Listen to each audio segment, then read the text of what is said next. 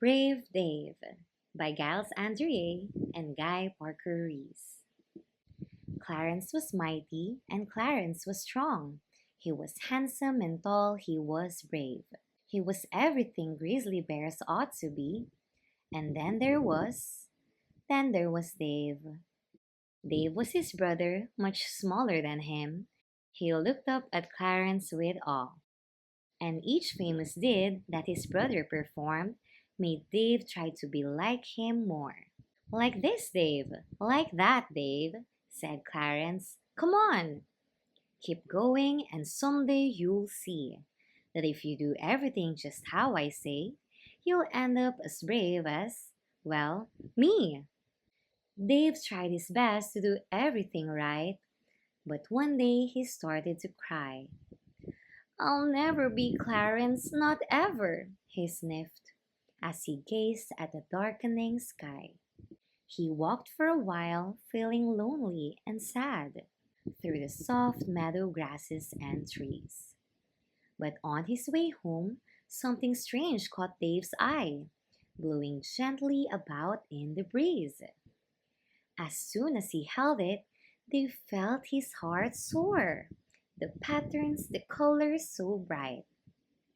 It lifted his soul like the four distant stars that he loved to watch twinkle at night. The very next day, Dave began picking flowers of all sorts of colors and hues. Bright sunny yellows and deep berry reds, pinks, purples, and luminous blues. He didn't see Clarence, his brother, at all. He kept out of everyone's way, retreating most nights to the depths of his cave, afraid of the things they might say. I reckon he's keeping a secret in there, said a chipmunk.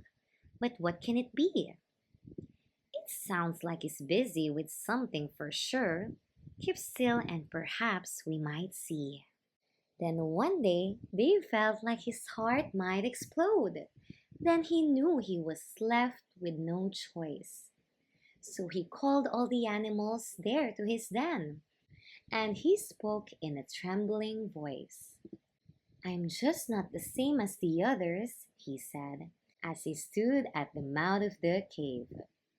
I'm not very strong, and I'm not very tough, and I'm certainly not very brave. But there's something that makes me feel happy at last, that finally makes me feel true. And he held out a gift for his brother to take. I made it, Dave said. It's for you.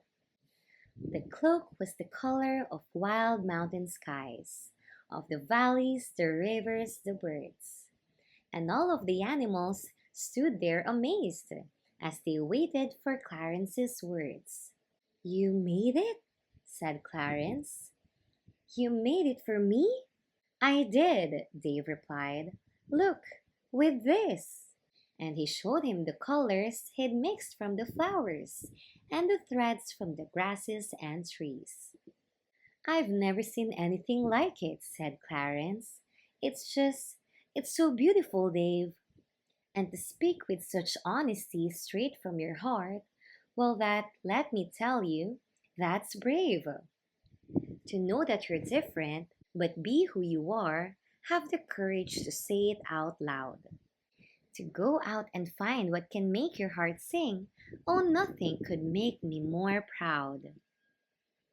Dave felt his body collapse with relief, and the animals started to cheer. Then come with me, everyone, quickly, said Dave.